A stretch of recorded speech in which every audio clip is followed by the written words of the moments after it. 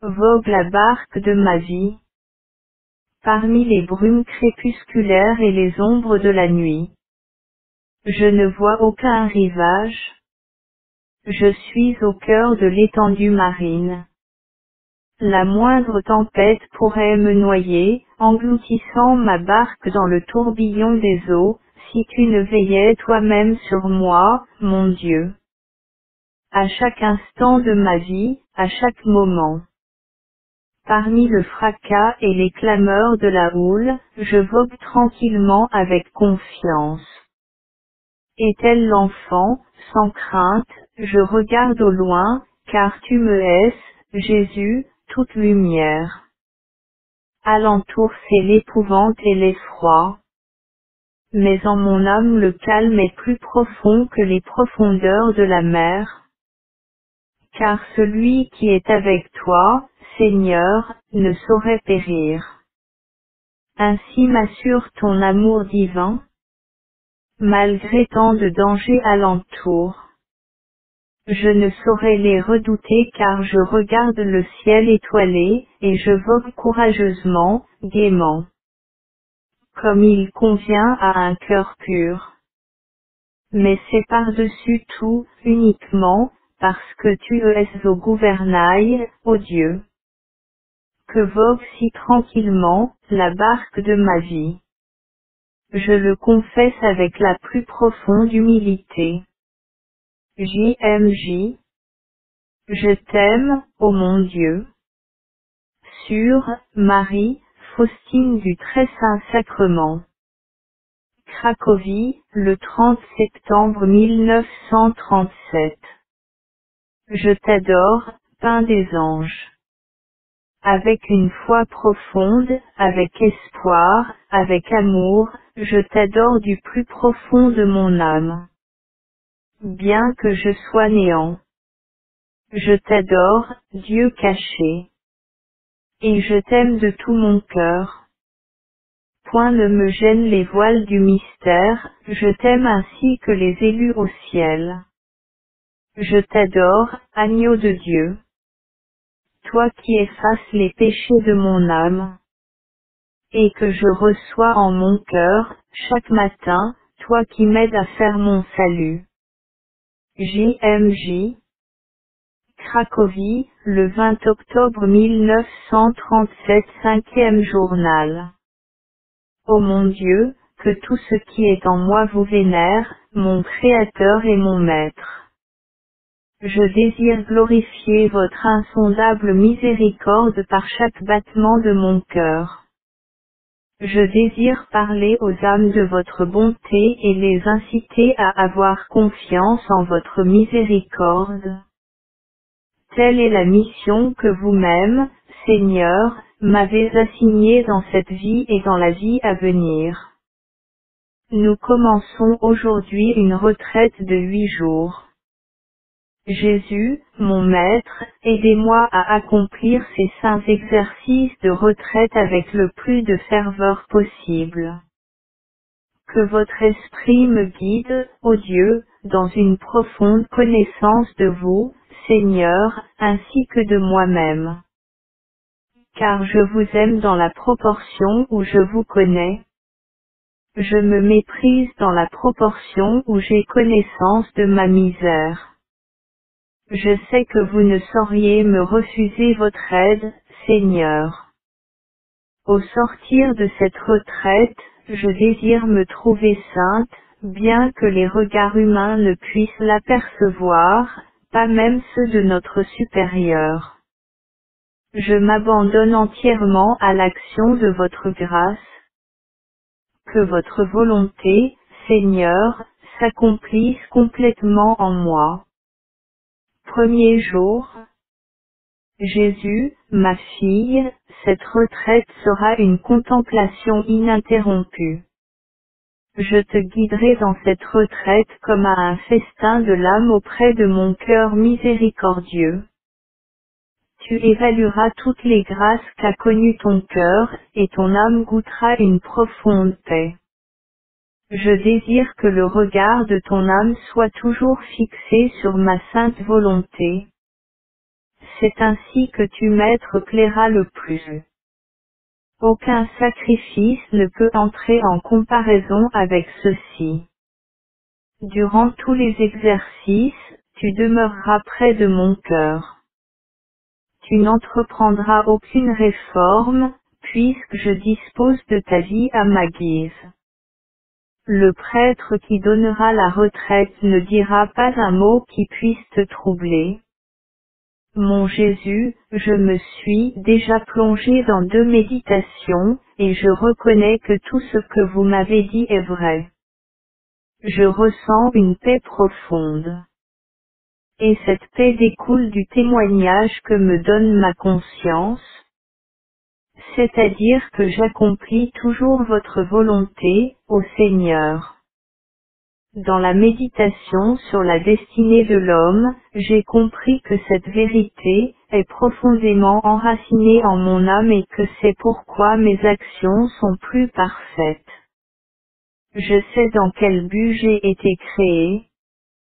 Toutes les créatures mises ensemble ne peuvent remplacer pour moi le Créateur. Je sais que mon but suprême est Dieu. Et donc, dans toutes mes entreprises, c'est Dieu que je prends en considération. Oh! Comme il est bon de faire retraite près du très doux cœur de mon Dieu. Je suis en un lieu désert, avec mon bien-aimé. Personne ne vient me troubler au cours de ce doux entretien que j'ai avec lui. Jésus, c'est vous-même qui avez daigné poser les fondations de l'édifice de ma sainteté, car ma coopération ne fut pas bien grande. Pour ce qui est de l'indifférence dans l'utilisation et le choix des êtres, vous m'avez aidé, ô Seigneur. Car mon cœur est de lui-même bien faible et c'est pourquoi je vous ai prié, mon Maître, de ne pas prendre garde à la douleur de mon cœur, mais de couper court à tout ce qui aurait pu me retenir sur le chemin de l'amour. Je ne vous comprenais pas, Seigneur, dans les moments de douleur lorsque vous accomplissiez votre œuvre, en mon âme. Mais je vous comprends aujourd'hui et je jouis de la liberté de l'âme. Jésus lui-même a ce qu'aucune passion ne prenne possession de mon cœur. J'ai compris de quel danger il m'avait protégé et c'est pourquoi ma gratitude envers mon Dieu est sans limite. 2e jour. Alors que je méditais sur le péché des anges et son immédiate punition, j'ai demandé à Jésus pourquoi les anges furent punis immédiatement après le péché. J'entendis une voix, à cause de leur plus grande connaissance de Dieu. Aucun homme sur terre, même s'il est un grand saint, ne peut avoir une connaissance de Dieu telle que l'a un ange. Pourtant, pour moi qui suis si misérable, vous vous êtes montré Dieu miséricordieux et à chaque fois vous me portez à la source de la miséricorde, vous me pardonnez toujours lorsque j'implore votre pardon d'un cœur contrit. Un profond silence envahit mon âme. Pas un nuage ne me cache le soleil, je m'abandonne entièrement à ses rayons. Que son amour réalise en moi un complet changement. Je désire sortir de cette retraite en état de sainteté et ceci malgré tout, c'est-à-dire malgré ma misère. Je désire devenir sainte et j'espère que la miséricorde divine, de cette misère même où je suis, peut me porter à l'état de sainteté, puisque j'ai une entière bonne volonté. Malgré tous les échecs, je veux lutter et me comporter comme une âme sainte. Rien ne saurait me décourager, tout comme rien ne peut décourager une âme sainte. Je veux vivre et mourir comme une âme sainte, les yeux fixés sur vous, Jésus cloué sur la croix, comme sur le modèle auquel je dois me conformer. J'ai cherché maints exemples autour de moi et je n'en ai pas trouvé de satisfaisant. et j'ai observé comme une sorte de retard dans mon état de sainteté. Mais à partir de maintenant j'ai fixé mon regard sur vous, Christ, le meilleur de mes guides. Je vous fais confiance et suis certaine que vous bénirez mes efforts. Dans une méditation sur le péché, le Seigneur m'a fait connaître toute la malignité du péché et l'ingratitude qu'il implique. Je ressens en mon âme une profonde aversion, même envers le plus petit péché. Cependant ces vérités éternelles que je médite dans mes réflexions, ne provoquent aucunement en mon âme la moindre confusion, ni perturbation. Et bien que j'y prenne un profond intérêt, ma contemplation n'en est pas pour cela interrompue. Pendant cette contemplation ce n'est pas l'élan du cœur que je ressens, mais une paix en profondeur et un étrange silence. Mon amour pour Dieu est grand, mais singulièrement équilibré. Malgré la présence de ce sentiment, le fait même de recevoir l'Eucharistie ne m'impressionne pas. Mais il m'amène à une union en profondeur, où mon amour fondu en l'amour de Dieu, forme un tout avec lui. Jésus m'a fait connaître qu'il convenait que je prie pour les sûrs qui font la retraite. J'ai eu, durant les prières, connaissance de la lutte menée par quelques âmes, j'ai redoublé ma prière. Dans le profond silence, je peux mieux juger de l'état de mon âme. Elle est semblable à une eau transparente dans laquelle je vois tout, tant ma misère que la grandeur des grâces divines. Par l'intermédiaire de cette véritable connaissance d'elle-même, mon âme s'examine en une profonde humilité. J'expose mon cœur à l'action de la grâce, tel un cristal aux rayons du soleil. Qu'en lui s'imprime votre image, ô mon Dieu, autant que faire se peut, dans le cœur d'une créature. Que par moi rayonne votre divinité, ô vous qui habitez mon âme. Lorsque j'ai prié devant le très saint sacrement, en saluant les 5 plaies de notre Seigneur Jésus, à chaque salut j'ai ressenti comme un torrent de grâce qui jaillissait en mon âme, me donnant un avant-goût du ciel et une absolue confiance en la miséricorde de Dieu. Au moment où j'écris ces mots, j'entends le cri de Satan, elle écrit tout, et à cause de cela nous perdons temps. N'écris rien de la bonté de Dieu, il est juste. Hurlant de colère, il disparut. Ô Dieu miséricordieux, qui ne nous méprisez pas, mais sans cesse nous comblez de vos grâces, vous nous rendez dignes d'entrer dans votre royaume. Par votre bonté, vous faites occuper par les hommes les places qu'abandonnèrent les anges ingrats. Ô Dieu de grande miséricorde, qui avez détourné votre saint regard des anges révoltés pour les reporter sur l'homme contrit, que soit vénéré et glorifié votre insondable miséricorde, ô Dieu, qui ne dédaignez pas le cœur des humbles. Mon Jésus, malgré les grâces que vous m'envoyez, je sens que ma nature, tout en s'ennoblissant, ne disparaît pas complètement. Ma vigilance est donc incessante. Je dois lutter contre plusieurs mauvais penchants, sachant bien que ce n'est pas la lutte qui abaisse, mais la lâcheté et la chute. Quand on est de faible santé, il faut supporter beaucoup de choses. Car, lorsque l'on n'est pas alité, nul ne vous considère comme malade. On a donc sans cesse, et pour diverses raisons, l'occasion de faire des sacrifices et parfois de très grands. Je comprends maintenant que bien des choses seront révélées dans l'éternité.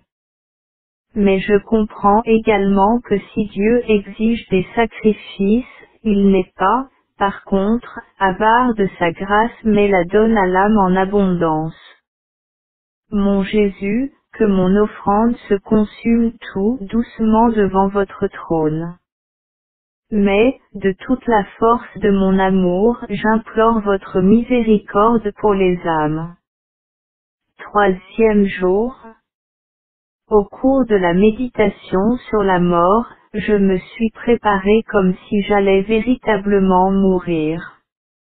J'ai fait mon examen de conscience et j'ai réglé toutes mes affaires comme si j'étais aux approches de la mort. Et de par la grâce divine mes affaires furent toutes arrangées en fonction de la fin dernière, ce que mon cœur accepta avec une profonde gratitude envers Dieu. Et je décidai à l'avenir de servir mon Dieu avec une fidélité encore plus grande. Une seule chose est nécessaire, mettre à mort le vieil homme et commencer une nouvelle vie. Je me suis préparé, dès le matin, à recevoir la Sainte Communion, comme si ce devait être la dernière de ma vie. Après la Sainte Communion, j'ai imaginé ma mort réelle. J'ai d'abord récité les prières pour les agonisants, puis le De Profundis, pour mon âme. L'on descendit mon corps dans la tombe et je dis alors à mon âme, regarde ce qui est advenu de ton corps, un tas de boue et une quantité de vermine, c'est là ton sort. Ô Dieu de miséricorde, qui me permettez encore de vivre, donnez-moi la force afin que je puisse vivre d'une nouvelle vie, la vie de l'âme sur laquelle la mort n'a pas de pouvoir. Et voici que mon cœur s'est renouvelé et que j'ai déjà commencé une nouvelle vie sur cette terre, une vie d'amour de Dieu. Toutefois je n'oublie pas. Pourtant pas un moment je ne doute d'obtenir l'aide de votre grâce, ô Dieu. Quatrième jour. Jésus, je me sens étrangement bien près de votre cœur durant cette retraite. Rien ne trouble la profondeur de cette paix. Je place sous mes yeux, d'un côté, l'abîme de ma misère, et de l'autre, l'abîme de votre miséricorde. Pendant la Sainte Messe qui fut célébrée par le Père Andras, j'ai vu l'enfant Jésus qui se tenait dans le calice de la Sainte Messe et qui tendait les mains vers nous. Après m'avoir regardé profondément, il m'a dit, « J'habite en ton cœur, tout comme tu Maître vois dans ce calice. » La Sainte Confession. Après avoir rendu compte de l'état de ma conscience, j'ai obtenu la permission de ce que j'ai demandé, le port de bracelet pendant une demi-heure, tous les jours, durant la Sainte Messe, et dans les moments difficiles, 2 heures durant, le port de la ceinture de fil de fer. Conserver, m'assure, la plus grande fidélité envers notre Seigneur Jésus. Cinquième jour. Lorsque je suis entré ce matin dans la chapelle, j'ai su que notre Mère supérieure avait quelques désagréments à mon sujet. Cela me fit bien de la peine. Après la Sainte Communion j'ai posé la tête sur le très saint cœur de Jésus et j'ai dit, ô mon Seigneur, je vous en prie, faites en sorte, que toute la consolation dont je jouis par votre présence en mon cœur se déverse dans l'âme de ma chère supérieure qui vint d'avoir des désagréments par ma faute et à mon insu. Jésus me réconforta disant que nous en avions toutes deux tiré avantage, pour nos âmes. Cependant, j'ai imploré le Seigneur qu'il daigne m'épargner cela, que quelqu'un souffre par ma faute, car mon cœur ne peut le supporter. Ô blanche hostie, tu préserves la blancheur de mon âme. Je crains le jour où je pourrai t'abandonner. Tu es le pain des anges, donc le pain des vierges. Jésus, mon modèle très parfait, les yeux fixés sur vous, j'irai par la vie sur vos traces, adaptant ma nature à la grâce, selon votre très sainte volonté et votre lumière qui illumine mon âme, entièrement confiante en votre aide. JMJ. Carte de contrôle de ma vie intérieure. Examen de conscience détaillé. Union avec le Christ miséricordieux. Puisque je suis uni à Jésus, je dois donc lui être fidèle toujours et partout, je dois m'unir intérieurement au Seigneur, mais à l'extérieur fidélité à la règle et particulièrement au silence. Carte de contrôle victoire échec. Novembre. 53-2. Décembre. 104. Janvier. 78-1. Février. 59-1. Mars. 50. Avril. 61 mai. Juin, juillet, août. Septembre, octobre. Lorsque j'hésite sur la conduite à tenir, j'interroge toujours l'amour, c'est lui qui conseille le mieux. 1354 Examen de conscience générale année 1937, 25 octobre. Victoire échec. Novembre octobriane. Fève. Mars. Avril commandement de Dieu vue de pauvreté 9. Vue de chasteté 7 Vue d'obéissance 27-7. Règle 7.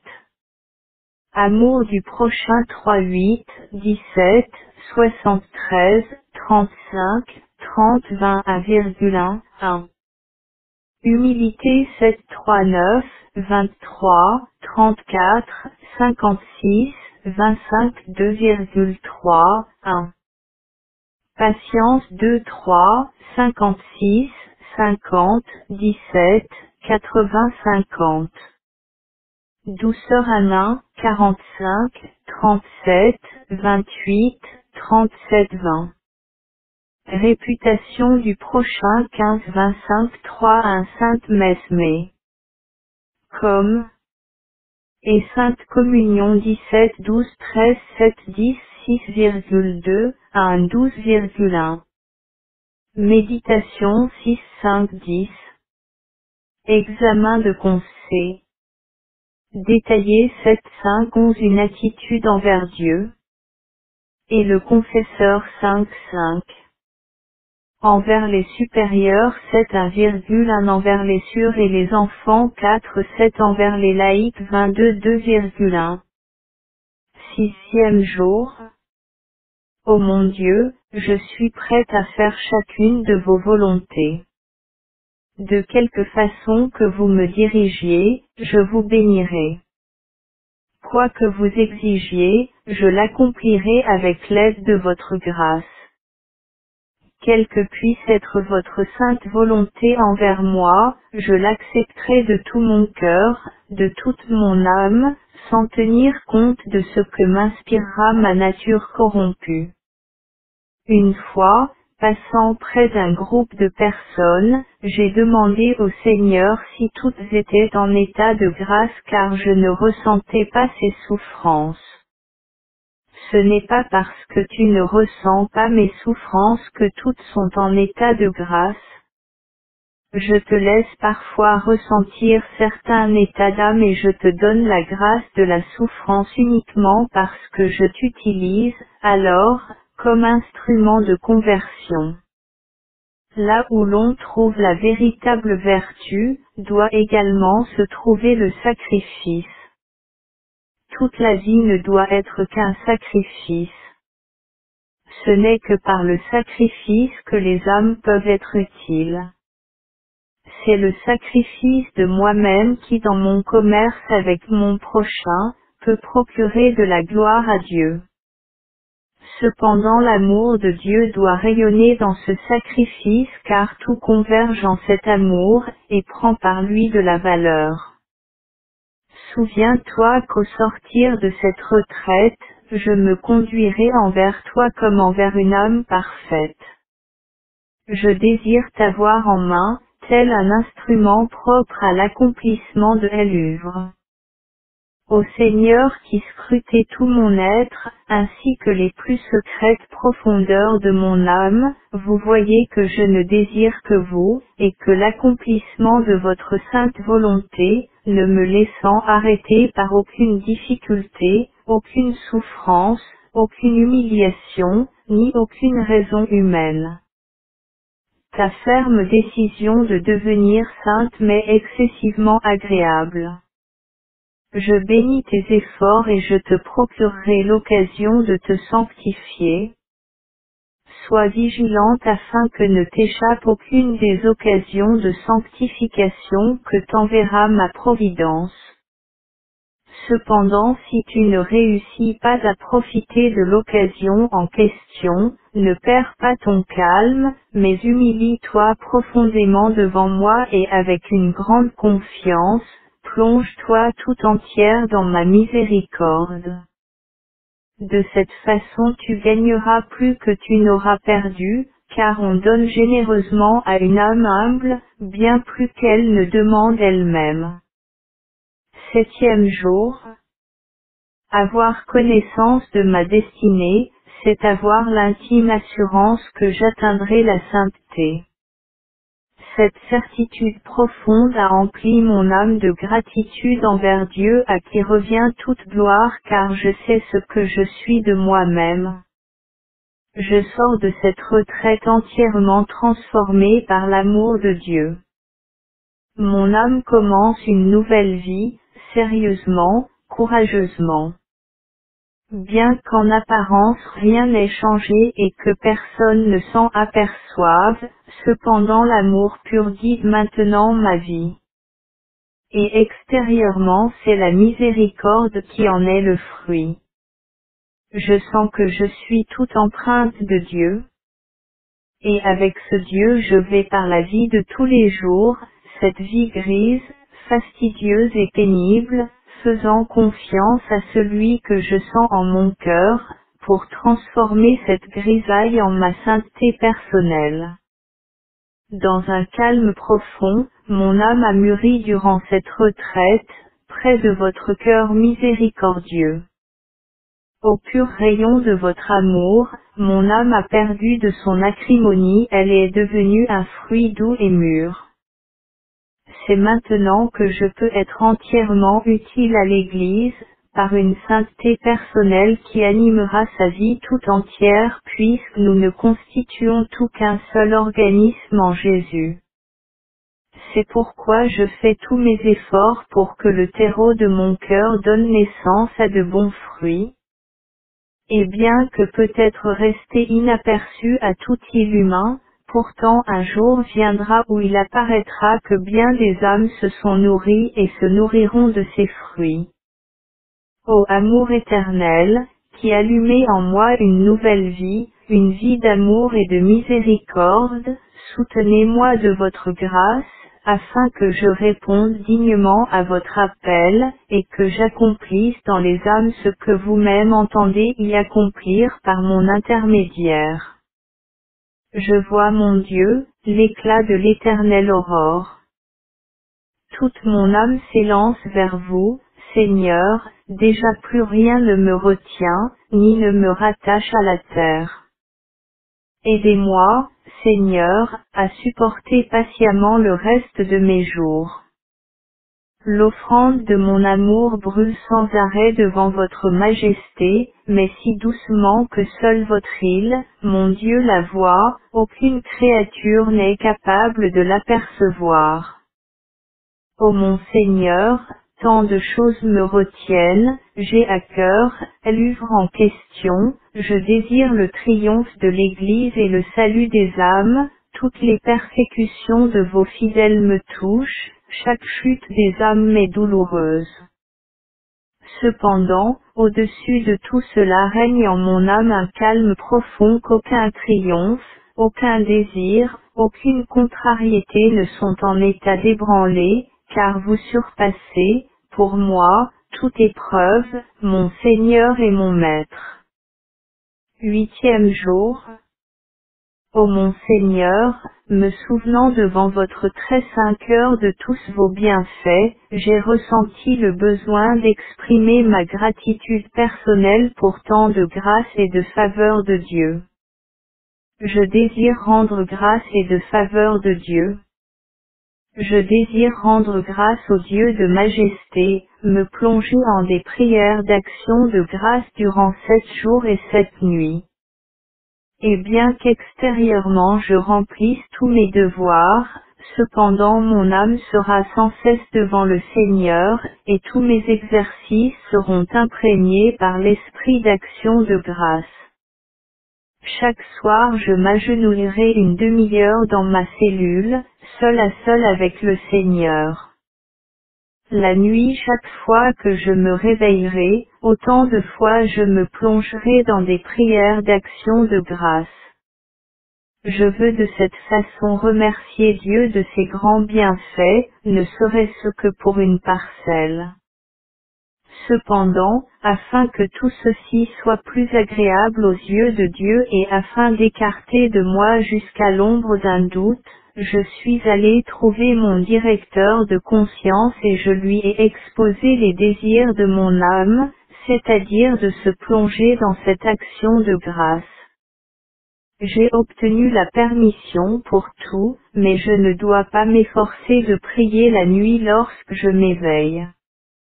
Avec quelle joie je suis revenu au couvent où j'ai le jour suivant commencé cette grande action de grâce par le renouvellement de mes vues. Mon âme se plongea tout en Dieu, et tout mon être n'était qu'une flambée de remerciement et de gratitude. De mots il n'y en eut guère, car les bienfaits de Dieu, tel un feu ardent, consumaient. Et toutes les souffrances et les peines étaient comme du bois jeté aux flammes, sans lequel le feu se serait éteint. J'invoquai tout le ciel et la terre pour qu'ils se joignent à mon action de grâce. Les jours de retraite ont pris fin, ces beaux jours où l'on est seul à seul avec notre Seigneur Jésus. J'ai accompli cette retraite comme Jésus le désirait et de la manière qu'il m'a recommandé le premier jour de la retraite, c'est-à-dire dans le plus grand calme, en évaluant les bienfaits de Dieu. De ma vie je n'avais fait semblable retraite. Mon âme, par ce calme, s'est trouvée plus affermie que par un choc ou une émotion. Sous le rayonnement de l'amour j'ai tout vu tel que cela est en réalité. En sortant de cette retraite, je me sens entièrement métamorphosé par l'amour de Dieu. Ô Seigneur, divinisez mes actions, afin qu'elles méritent l'éternité. Si grande que soit ma faiblesse, j'ai cependant confiance en la puissance de votre grâce, qui me soutiendra. Mon Jésus, vous savez bien que depuis mon plus jeune âge, j'ai désiré devenir une grande sainte, c'est-à-dire que je désirais vous aimer d'un amour si grand qu'aucune âme n'y serait encore parvenue. C'étaient là au début mes secrets désirs dont seul Jésus avait connaissance. Je ne peux plus aujourd'hui les contenir dans mon cœur. Je voudrais crier au monde entier, aimez Dieu, car il est bon, et grande est sa miséricorde. Ô jour de semaine plein de grisailles, je vous vois revêtu de fête et de solennité. Qu'il est grand et solennel ce temps qui nous donne la possibilité de mériter le ciel éternel, je l'entends comme l'ont utilisé les saints. 30 octobre 1937. Aujourd'hui, deuxième jour d'action de grâce, au cours de la cérémonie monastique, durant la Sainte Messe, j'ai vu notre Seigneur Jésus d'une grande beauté qui me dit, « Ma fille, je ne t'ai pas dispensé d'agir. » J'ai répondu, « Seigneur, ma main est bien faible pour une telle œuvre. » Oui, je le sais, mais uni à ma droite, tu accompliras tout. Sois cependant obéissante au confesseur. Je leur donnerai la lumière sur la façon de te diriger. Seigneur, je voulais déjà me mettre à l'œuvre en votre nom, cependant l'abbé siècle temporise encore. Jésus répondit. Je le sais. Aussi fais ce qui est en ton pouvoir, mais il ne t'est pas permis de te retirer. Novembre. 1er novembre 1937. Aujourd'hui après les vêpres, la procession est allée au cimetière. Je ne pus m'y rendre, car j'étais de garde, près de la porte, mais cela ne m'empêcha pas de prier pour les âmes. Lorsque la procession revint du cimetière à la chapelle, mon âme ressentit la présence de nombreuses âmes. J'ai compris la grande justice de Dieu, selon laquelle chacun doit acquitter jusqu'au dernier liard.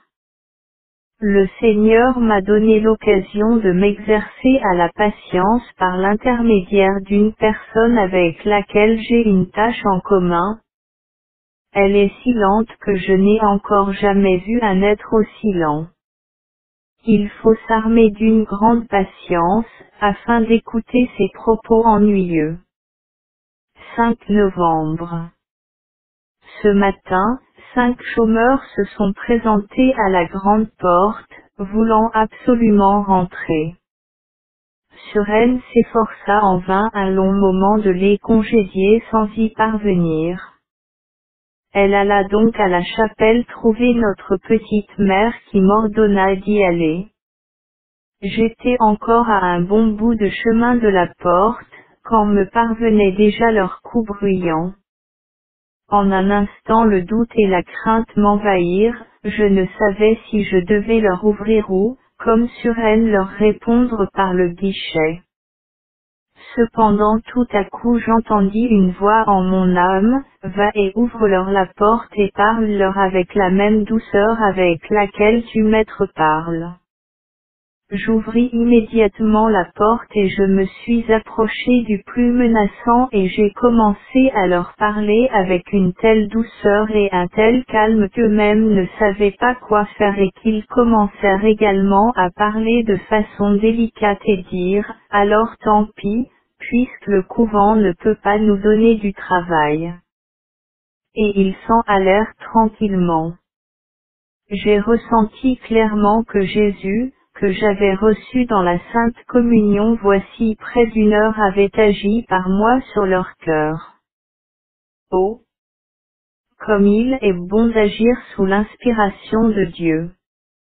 Aujourd'hui je me sens plus mal, et je suis allé trouver la mère supérieure dans l'intention de lui demander l'autorisation de m'aliter. Cependant, avant même que je ne l'aie fait la mère supérieure me dit, ma sœur, voyez à vous débrouiller aujourd'hui seule à la grande porte. J'emmène la petite aux choux car il n'y a personne pour les choux. J'ai répondu, bien, et je suis sortie de la chambre. Lorsque je fus près de la porte, je me suis sentie étrangement forte et j'ai accompli ma tâche durant toute la journée, me sentant bien soutenue par la force de la sainte obéissance. 10 novembre 1937. Lorsque petite mère me montre ce livret dans lequel se trouve le chapelet, les litanies et la novelle, je l'ai priée de bien vouloir me le donner pour le parcourir.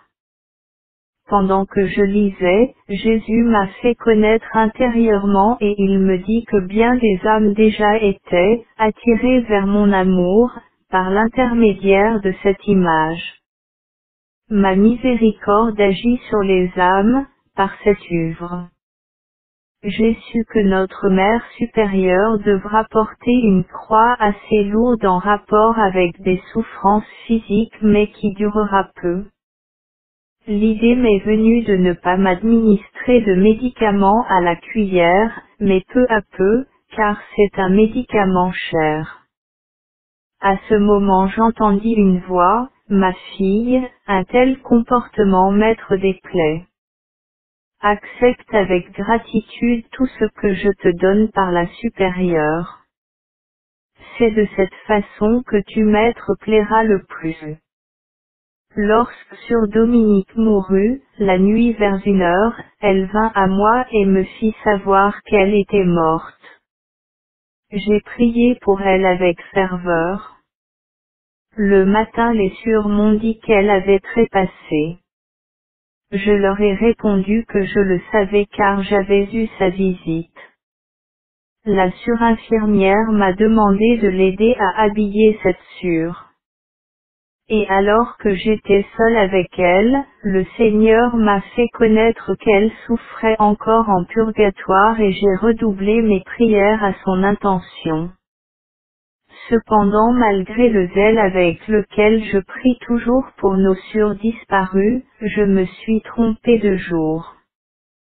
Et, au lieu d'offrir 3 jours de prière comme l'ordonne la règle, je n'ai, par erreur, offert que 2 jours. Le 4e jour elle me fit connaître que des prières lui étaient encore dues et qu'elles lui sont nécessaires. J'ai immédiatement offert tout le jour à son intention, mais non seulement ce jour mais bien plus comme me le dictait l'amour du prochain. Parce que Sœur Dominique, après sa mort, avait une très jolie mine et ne donnait pas l'impression d'un cadavre, quelques sœurs pensèrent qu'elle était peut-être en léthargie et l'une d'elles m'a dit que nous devions lui mettre un miroir sur la bouche, afin de voir s'il s'embuait. Car si elle vit, la vapeur de la respiration se verra. J'ai dit, bien, et nous avons fait ainsi que nous l'avions dit. Mais il n'y eut pas de vapeur sur le miroir, quoiqu'il nous ait semblé qu'il y en avait eu réellement. Cependant le Seigneur m'a fait savoir combien ceci lui avait déplu. Et j'ai été très sévèrement rappelé à l'ordre, afin que je ne me conduise plus jamais à l'encontre de mon intime conviction. Je me suis profondément humilié devant le Seigneur, et je lui ai demandé pardon. Je vois un certain prêtre que Dieu aime beaucoup, mais que Satan déteste terriblement, car il mène bien des âmes à un grand état de sainteté et ne prend en considération que la gloire de Dieu. Mais je prie Dieu que ne cesse pas sa patience envers ceux qui sans cesse le contrecarrent. Satan, lorsqu'il ne peut seul être néfaste, ce 19 novembre. Aujourd'hui après la Sainte Communion, Jésus m'a dit combien il désire visiter le cœur humain. Je désire m'unir aux âmes, mon plus grand plaisir est de m'unir, sache ceci, ma fille que lorsque je viens par la Sainte Communion jusqu'au cœur des hommes, j'ai les mains pleines de toutes sortes de grâces que je désire transmettre aux âmes, mais les âmes ne font même pas attention à moi. Elles m'être laissent seule et s'occupent d'autre chose. Comme cela m'attriste que les âmes n'aient pas compris l'amour. Elles se conduisent envers moi comme une chose morte. J'ai répondu à Jésus, au trésor de mon cœur, unique objet de mon amour, et tout le délice de mon âme, je désire vous adorer en mon cœur ainsi que vous l'êtes sur le trône de votre gloire éternelle. Je désire par mon amour, vous dédommager, ne serait-ce qu'à peine, de la froideur d'un si grand nombre d'âmes. Jésus, voici mon cœur qui est pour vous une demeure à laquelle nul autre n'a accès. Vous seul y reposez comme en un beau jardin. Ô mon Jésus, au revoir, je dois accomplir ma tâche, mais je vous témoignerai mon amour envers vous par un constant sacrifice. Je ne négligerai ni ne me permettrai en aucune façon de l'esquiver. Quand je suis sorti de la chapelle, la mère supérieure m'a dit, vous n'irez pas, ma sœur, au cours de catéchisme. Vous serez de service. Bien. Jésus, j'ai eu ainsi durant toute la journée exceptionnellement beaucoup d'occasions de sacrifice. Je n'en ai laissé passer aucune, grâce à la force d'âme que j'avais puisée dans la Sainte Communion. Il y a des moments dans la vie où l'âme est dans un tel état qu'elle ne comprend plus en quelque sorte le langage humain. Tout la fatigue, rien ne peut la calmer, si ce n'est une fervente prière. Par elle, l'âme reçoit soulagement, et malgré son désir de recevoir des explications, celle-ci ne pourrait l'amener qu'à une plus grande inquiétude. Au cours d'une prière, j'ai connu combien l'âme du Père András est agréable à Dieu. C'est un véritable enfant de Dieu. Et cela, parce qu'il a une particulière dévotion envers la Mère de Dieu. Rares sont les âmes dans lesquelles se manifeste aussi nettement cette filiation avec Dieu. Ô mon Jésus, en dépit de ma grande hâte, il me faut obéir, afin de ne pas gâter votre œuvre par ma précipitation. Ô mon Jésus, vous me faites connaître vos secrets et vous voulez que je les transmette aux autres âmes. La possibilité d'agir me sera donnée sous peu. Au moment où la destruction sera en apparence absolue, c'est alors que ma mission commencera sans embûche. Telle est en ceci la volonté de Dieu, qui ne changera pas.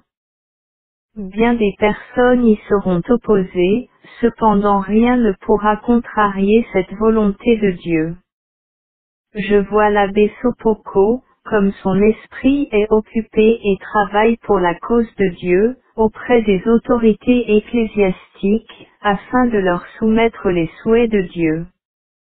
Grâce à son action, une nouvelle lumière va briller dans l'Église de Dieu pour la consolation des âmes. Quoique pour le moment, son âme soit remplie d'amertume, comme si telle était la récompense de ses efforts pour Dieu, cependant il n'en sera pas ainsi. Je vois sa joie, à laquelle il ne sera fait aucun préjudice. Dieu lui accordera une partie de cette joie déjà dès ici-bas. Je n'ai encore jamais rencontré une fidélité à Dieu aussi grande que celle qui distingue cette âme. Aujourd'hui au réfectoire durant le dîner, j'ai ressenti le regard de Dieu au fond de mon cœur. Une présence si vivante pénétra mon âme, que durant un moment je ne savais plus où j'étais. La douce présence de Dieu a envahi mon âme et par moments, je ne savais de quoi me parlaient les sœurs. Tout ce qui est de bon en moi l'est par la Sainte Communion, c'est à elle que je dois tout. Je sens que ce saint feu m'a complètement transformé. Oh! Combien je me réjouis d'être une demeure pour vous Seigneur, mon cœur est un sanctuaire où vous séjournez continuellement. J.M.J. Jésus, délice de mon âme, pain des anges, tout mon être est plongé en toi. Et je vis de ta vie divine comme les élus au ciel. Et la vérité de cette vie ne cessera point. Jésus-Eucharistie, Dieu immortel, qui continuellement séjourne en mon cœur, lorsque je t'ai, la mort elle-même ne peut me nuire. Ainsi l'amour me dit que je te verrai au terme de la vie, imprégné de ta vie divine. Je regarde calmement le ciel ouvert pour moi, et la mort honteuse s'en ira les mains vides, car ta vie divine est contenue en mon âme. Et même de par ta sainte volonté, ô Seigneur, la mort toucherait elle mon corps. Je désire que ce dénouement ait lieu le plus rapidement possible. car par lui j'entrerai dans la vie éternelle. Jésus-Eucharistie, vie de mon âme. Tu m'as élevé jusqu'à la sphère éternelle. Par le supplice et l'agonie dans une terrible géhenne. 26 novembre 1937. Retraite mensuelle d'1 jour. Au cours de cette retraite, le Seigneur m'a donné la lumière d'une plus profonde connaissance de sa volonté, celle de m'abandonner entièrement à la sainte volonté de Dieu. Cette lumière m'a confirmé en ma profonde tranquillité, me faisant comprendre que je ne dois rien craindre, en dehors du péché. J'accepte tout ce que Dieu permettra pour moi, m'abandonnant entièrement à sa sainte volonté. Peu importe où il me mettra, je m'efforcerai fidèlement d'accomplir sa sainte volonté ainsi que tous ses désirs autant que cela sera en mon pouvoir. Je m'y efforcerai, cette volonté de Dieu, serait-elle pour moi aussi dure et difficile que la volonté du Père des cieux envers son Fils en prière au jardin des Oliviers. Ainsi me suis-je aperçu que si la volonté du Père des cieux s'accomplit de cette façon, en son Fils bien-aimé, c'est justement aussi de cette façon qu'elle s'accomplira en nous, souffrance, persécution, affront, honte, c'est par tout cela que mon âme deviendra semblable à celle de Jésus. Et plus les souffrances seront grandes, plus je me rends compte que je deviendrai semblable à Jésus. C'est la route la plus sûre. Si une autre route était meilleure, Jésus me l'aurait montrée. Les souffrances ne m'enlèvent nullement mon calme, mais d'un autre côté, bien que je jouisse d'un calme profond, celui-ci n'efface pas en moi l'impression de souffrance. Bien que j'aille plus d'une fois le visage penché vers la terre et que mes larmes coulent abondamment, cependant à ce même moment, mon âme est imprégnée de profonde paix et de bonheur. Je désire me cacher en votre cœur très miséricordieux, telle la goutte de rosée dans le calice de la fleur pour me protéger du gel de ce monde. Personne ne peut concevoir mon bonheur, comme mon cœur se délecte en secret, seul à seul avec Dieu. J'ai entendu aujourd'hui une voix en mon âme, oh! Si les pécheurs connaissaient ma miséricorde, ils n'en périraient pas un si grand nombre. Dis aux âmes des pécheurs qu'elles ne craignent pas de s'approcher de moi. Parle-leur de ma grande miséricorde. Le Seigneur m'a dit, la perte de chacune des âmes me plonge en une mortelle tristesse. Tu me consoles toujours lorsque tu pries pour les pécheurs. La prière qui m'est la plus agréable est cette prière pour la conversion des âmes pécheresses. Sache, ma fille, que cette prière est toujours exaucée. L'Avent approche. Je désire préparer mon cœur à la venue de notre Seigneur Jésus par la douceur et le recueillement de l'âme. Je m'unis ainsi à la très sainte Mère et imite fidèlement sa vertu de douceur par laquelle elle fut agréable aux yeux de Dieu lui-même. J'ai foi en ce qu'à ses côtés, je persisterai dans cette résolution.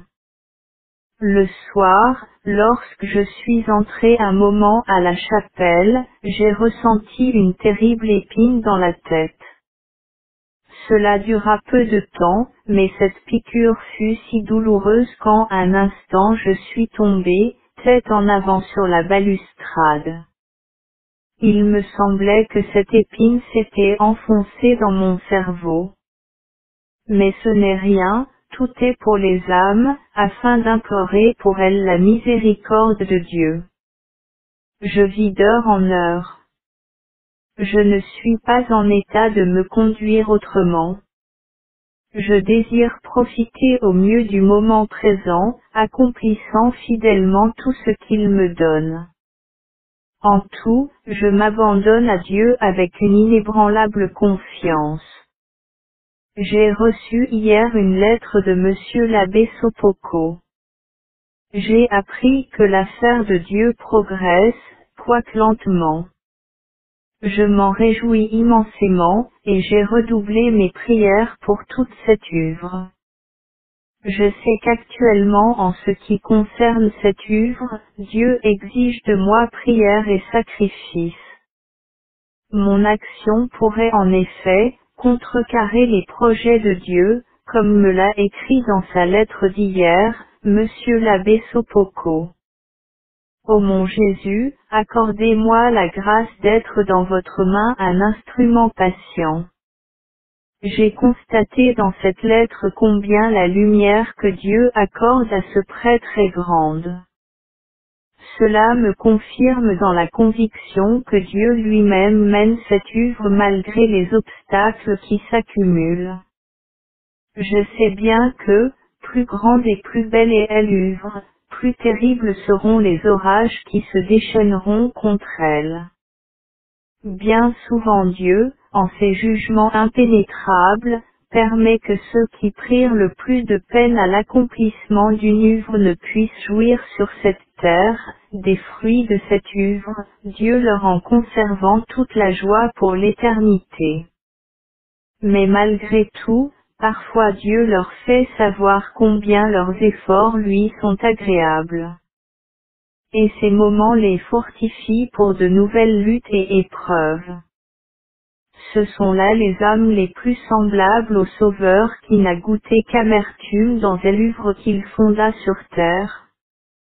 Ô mon Jésus, soyez béni pour tout, je me réjouis que s'accomplisse votre très sainte volonté, cela suffit entièrement à mon bonheur.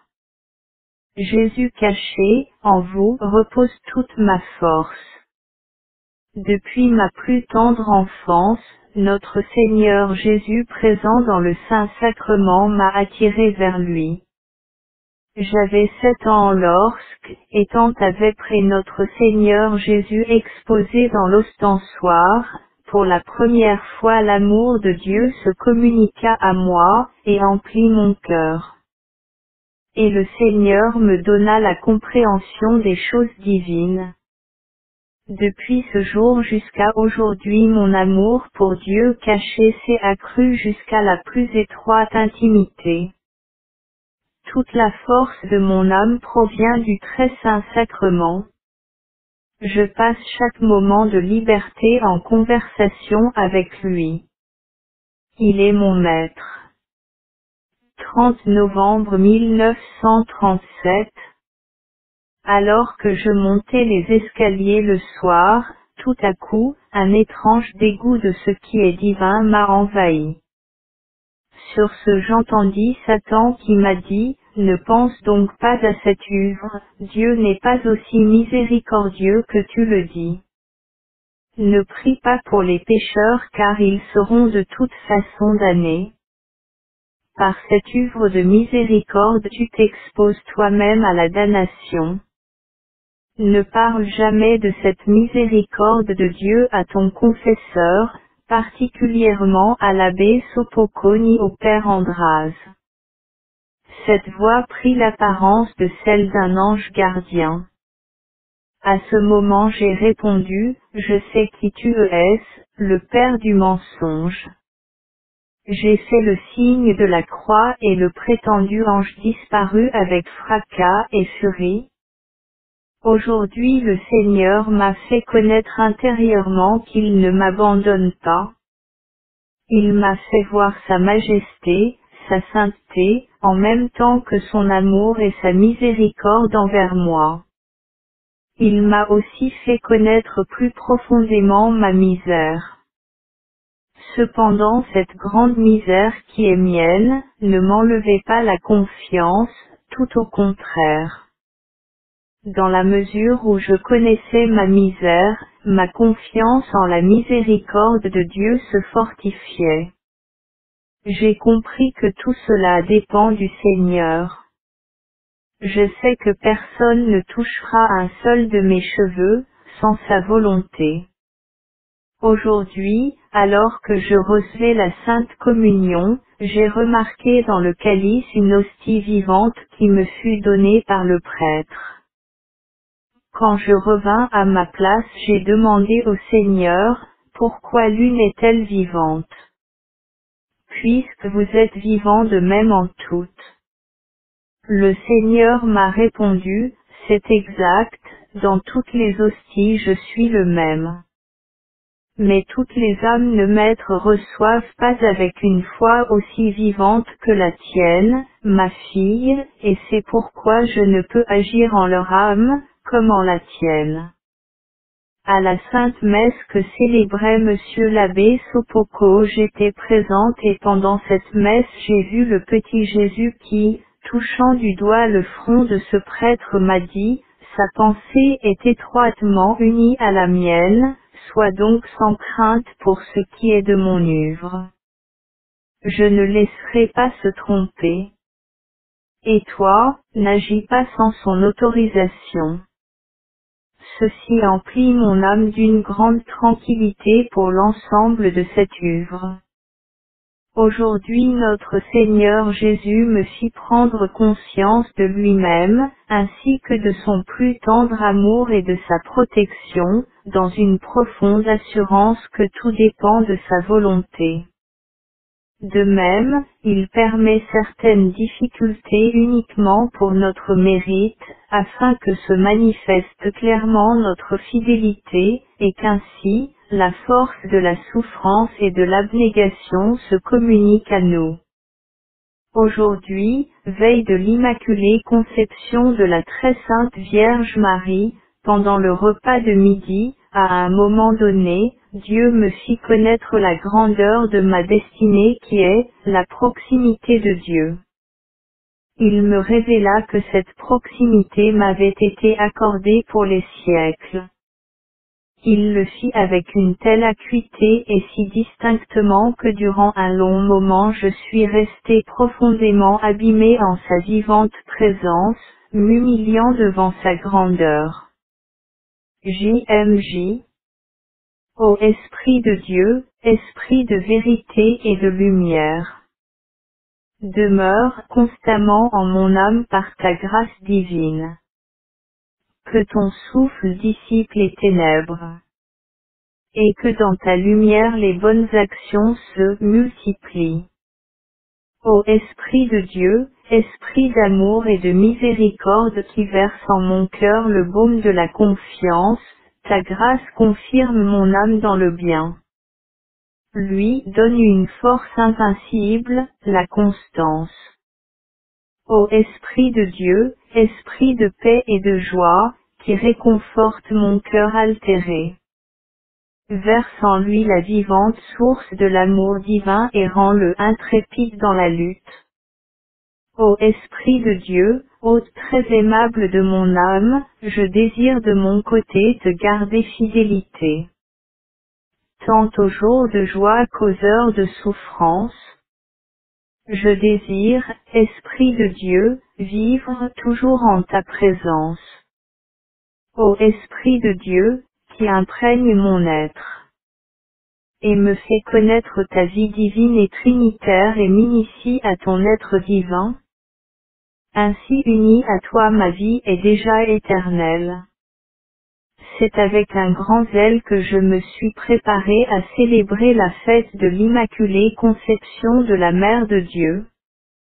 J'ai veillé davantage au recueillement de mon âme et j'ai approfondi son privilège exclusif. Aussi mon cœur s'est épris d'elle, et j'ai remercié Dieu d'avoir accordé à Marie ce grand privilège.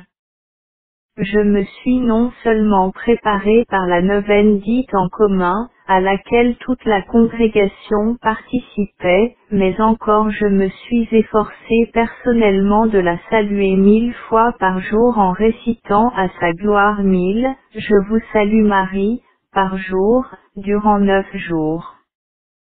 Voici déjà 3 fois que j'adresse une telle neuvaine à la Sainte Vierge, c'est-à-dire une neuvaine se composant de 1000 ave par jour. Ce sont donc 9000 ave qui forment l'ensemble de cette neuvaine. J'ai déjà pratiqué cette neuvaine 3 fois au cours de ma vie, dont 2 durant mes travaux quotidiens. Et cependant, je n'ai manqué à aucun de mes devoirs, les remplissant avec grande exactitude. Je la fais en dehors des exercices, c'est-à-dire que, ni durant la Sainte Messe ni au cours de la bénédiction, je n'ai récité ces ave, et j'ai fait une neuvaine semblable une 3e fois alors que j'étais hospitalisé. Pour celui qui veut, rien n'est difficile. En dehors des récréations, je priais et travaillais. Ces jours-là, je n'ai prononcé aucun mot qui ne soit absolument nécessaire. Je dois cependant avouer que cette affaire nécessite une assez grande attention ainsi qu'un effort, mais pour glorifier l'Immaculée, rien n'est de trop. Fête de l'Immaculée Conception. Avant la Sainte Communion, j'ai vu la très sainte Mère d'une incomparable beauté. S'adressant à moi avec un sourire, elle me dit, « Ma fille, sur la recommandation de Dieu, je dois être tout particulièrement une véritable mère pour toi. Mais je désire que, ma très aimable fille, tu sois tout particulièrement mon enfant. Je désire que tu t'exerces à 3 vertus qui me sont chères entre toutes et qui sont le plus agréables à Dieu. La première, c'est l'humilité, l'humilité et encore l'humilité. La deuxième, la chasteté. La troisième, l'amour envers Dieu. Tu es ma fille, et comme telle, tu dois particulièrement briller par ces vertus. À la fin de l'entretien, elle me serra sur son cœur et disparut. Lorsque je suis revenu à moi, mon cœur est demeuré étrangement attiré par ces vertus auxquelles je m'exerce fidèlement, elles sont comme gravées en mon cœur. Ce fut un grand jour pour moi. J'étais plongé en une incessante contemplation, car seul le souvenir de cette grâce m'entraînait à une nouvelle contemplation. Et durant tout le jour j'ai persévéré dans une action de grâce que je n'ai pu terminer. Car le souvenir de cette grâce poussait mon âme à se plonger à nouveau en Dieu.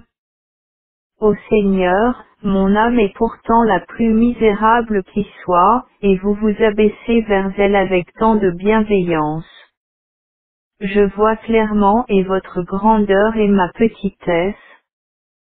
C'est pourquoi je me réjouis de votre toute puissance et de votre immensité, et aussi de ma toute petitesse. Christ souffrant, je vais à votre rencontre et en tant que votre bien-aimé, je dois vous ressembler. Votre manteau d'infamie doit également me recouvrir. Ô Christ, vous savez combien je désire vivement vous ressembler. Faites-moi partager toute votre passion, que toute votre douleur se déverse en mon cœur. J'ai confiance que pour cela, vous comblerez mes déficiences. Aujourd'hui adoration de nuit. Je n'ai pu y prendre part, à cause de la faiblesse de ma santé, cependant avant de m'endormir je me suis unie aux suradoratrices. Entre 4 et 5 heures, tout à coup, j'entendis une voix m'invitant à me joindre aux personnes qui faisaient l'adoration à ce moment-là. J'ai su que parmi ces personnes, une âme priait pour moi. Et lorsque je me suis plongé dans la prière, je me suis trouvé transporté en esprit à la chapelle. Et j'ai vu notre Seigneur exposé dans l'ostensoir. À la place de l'ostensoir, j'ai vu la face glorieuse du Seigneur. Et Jésus m'a dit, ce que tu vois en réalité, ces âmes le voient par la foi. Oh! Combien leur grande foi m'est agréable! Bien qu'en apparence il n'y ait en moi aucune trace de vie, cependant, chaque hostie contient réellement ma vie tout entière. Mais l'âme doit avoir la foi, afin que je puisse agir sur elle. Oh! Que la foi vivante m'est agréable! Cet acte d'adoration était accompli par la Mère supérieure et quelques autres sûrs. Cependant j'ai su que par sa prière, la Mère supérieure avait touché le ciel, et je me suis réjoui qu'il existe des âmes aussi agréables à Dieu.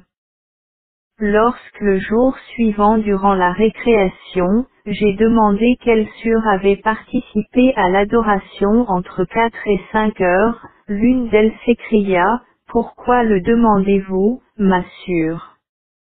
Vous avez sûrement eu une vision. » Je me suis tue et je n'ai plus rien dit bien que j'ai été questionné par la Mère supérieure. Je ne pouvais répondre car le moment n'était pas favorable. Une fois, l'une des sœurs me confia qu'elle avait l'intention de choisir tel prêtre, comme directeur de conscience. Elle se confia donc à moi, toute joyeuse et me demanda de prier à cette intention, ce que je fis. Pendant que je priais, j'ai su que cette âme n'en retirerait aucun avantage. Et voilà que nous rencontrant de nouveau, cette personne me parla de sa joie d'avoir choisi ce directeur de conscience. Moi, j'ai partagé sa joie, cependant, après son départ je fus sévèrement rappelé à l'ordre. Jésus m'a dit de lui répondre ainsi qu'il me l'a fait savoir au cours de la prière. Et je l'ai d'ailleurs fait à la première occasion, bien que cela m'ait vraiment coûté. Aujourd'hui j'ai ressenti la souffrance de la couronne d'épines pendant un temps relativement court.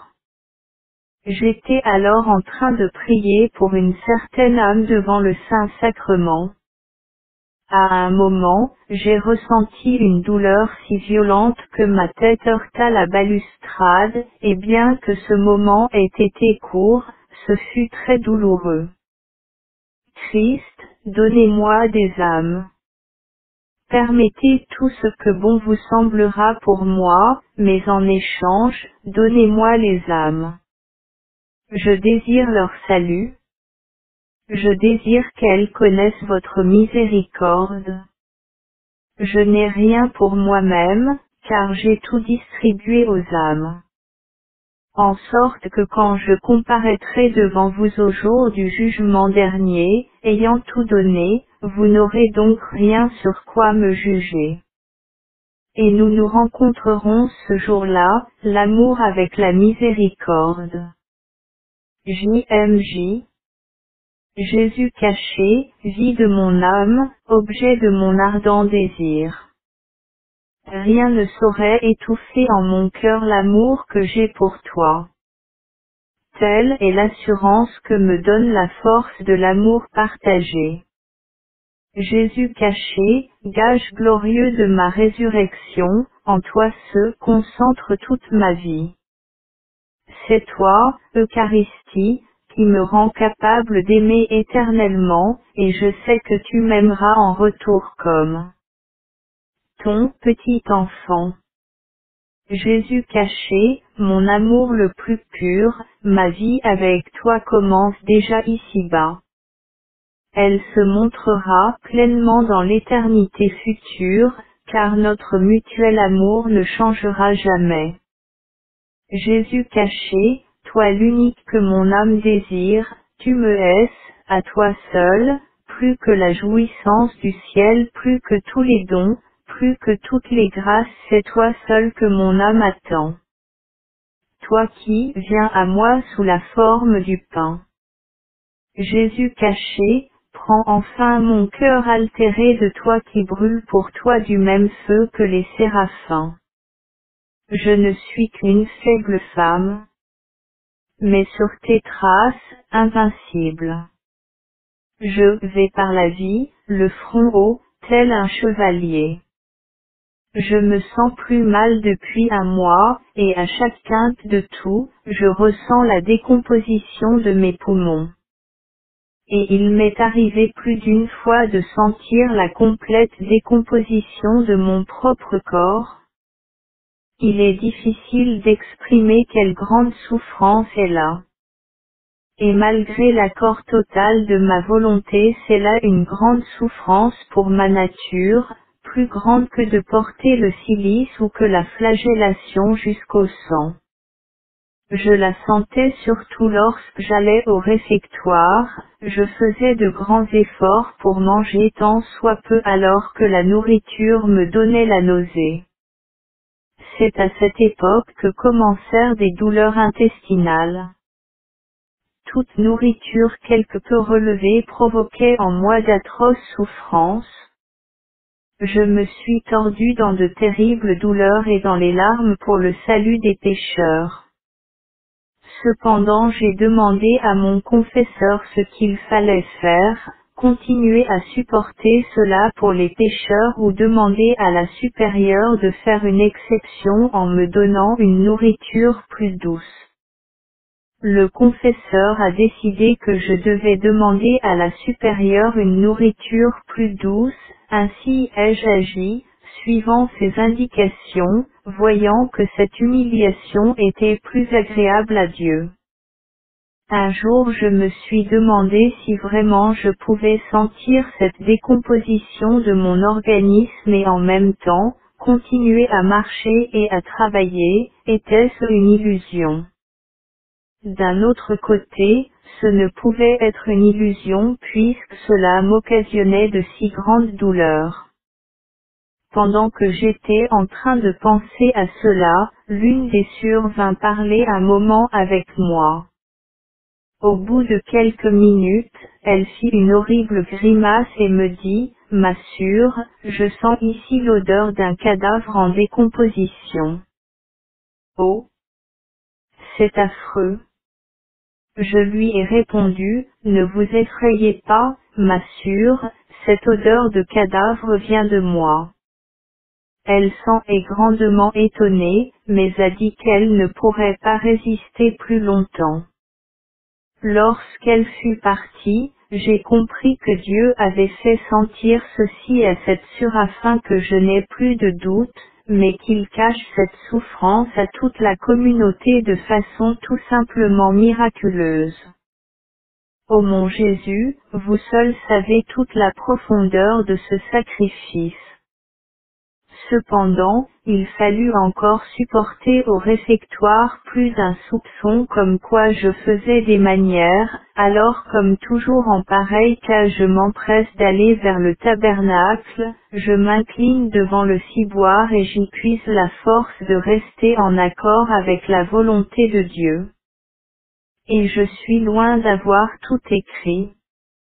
Aujourd'hui, pendant la confession, rompant en esprit le pain azime avec moi, mon confesseur m'a adressé les vœux suivants, soyez le plus possible fidèle à la grâce divine. Deuxièmement, implorez la miséricorde pour vous-même et pour le monde entier, car nous avons besoin de la miséricorde divine. 2 jours avant les fêtes, on a lu au réfectoire les mots suivants, « Demain, naissance de Jésus-Christ selon la chair ». Ces mots firent jaillir en moi la lumière, l'amour de Dieu, j'ai mieux compris le secret de l'incarnation. Que la miséricorde de Dieu, contenue dans le secret de l'incarnation du Fils de Dieu est grande. Aujourd'hui Dieu m'a révélé sa colère contre l'humanité qui mériterait, par ses péchés, que ses jours soient raccourcis. Mais il m'a été révélé que l'existence du monde était soutenue par les âmes choisies, c'est-à-dire par les ordres religieux. que le monde serait à plaindre si les monastères venaient à manquer. JMJ. J'accomplis chaque action ayant la mort présente devant mes yeux, je l'accomplis maintenant comme je voudrais la voir à ma dernière heure. Quoique la vie passe aussi vite qu'une bourrasque, aucune action entreprise pour Dieu ne se perd.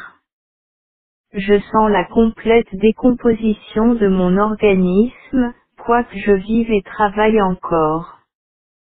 La mort ne me fait aucune impression tragique car je la pressens depuis longtemps.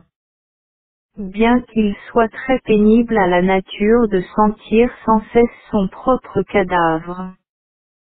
Cela peut cependant être supportable lorsque la lumière de Dieu a pénétré l'âme, car en elle s'élève la foi, l'espoir, l'amour et le repentir. Je fais chaque jour de grands efforts afin de prendre part à la vie commune et implorer ainsi des grâces pour le salut des âmes, les préservant par mon sacrifice du feu de l'enfer. Car ne serait-ce que pour le salut d'une seule âme cela vaut la peine de se sacrifier toute la vie durant, et de supporter les plus grands sacrifices et les plus grands tourments, voyant quelle immense gloire Dieu en retire.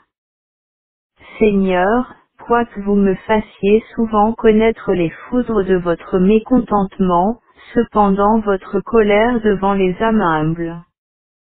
Bien que vous soyez grand, Seigneur, vous vous laissez vaincre par les âmes humbles et pleines d'humilité.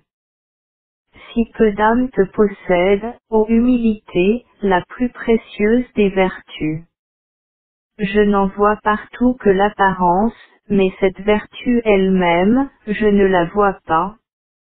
Ô Seigneur, réduisez-moi à néant à mes propres yeux, afin que je puisse trouver grâce au vôtre.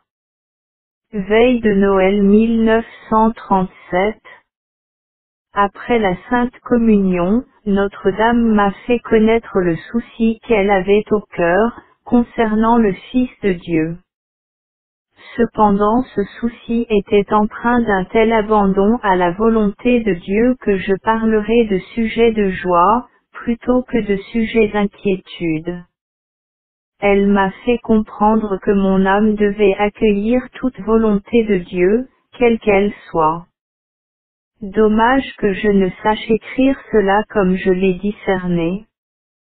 Mon âme fut plongée tout le jour en un profond recueillement, rien ne put m'en tirer, ni les rapports que j'eus avec des personnes laïques. Avant le réveillon de Noël, je suis entré pour un moment à la chapelle afin de rompre en pensée le pain azime avec les personnes aimées et chères à mon cœur, éloignées par la distance plongées dans une profonde prière et j'ai demandé au Seigneur de leur accorder des grâces à toutes et ensuite à chacune en particulier.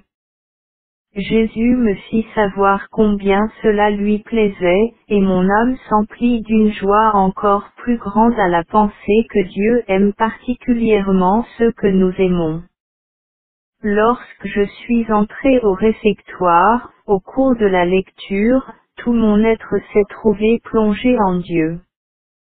Je voyais intérieurement le regard de Dieu posé sur nous avec une grande prédilection. Je demeurai seul à seul avec le Père des cieux. À ce moment-là, j'ai approfondi ma connaissance des trois personnes divines que nous contemplerons durant toute l'éternité. Et après des millions d'années, nous comprendrons que nous avons seulement commencé notre contemplation. Oh! Que cette miséricorde de Dieu est grande, qui permet à l'homme de prendre une si grande part à son divin bonheur. Mais en même temps quelle douleur elle transperce mon cœur à la pensée que de nombreuses âmes dédaignent ce bonheur. Lorsque nous avons commencé à partager le pain azime, un mutuel et sincère amour se mit à régner entre nous. La révérende mère me fit ce souhait, m'assure, les œuvres de Dieu avancent lentement, donc ne vous pressez point. Toutes les sœurs dans l'ensemble me souhaitèrent sincèrement le grand amour divin, ce que je désirais le plus. J'ai vu que ces souhaits venaient vraiment du cœur, sauf en ce qui concerne une sœur, qui avait dissimulé une méchanceté sous ses souhaits. Bien que cela ne me fît guère de mal, tant mon âme était enivrée de Dieu, cela m'éclaira.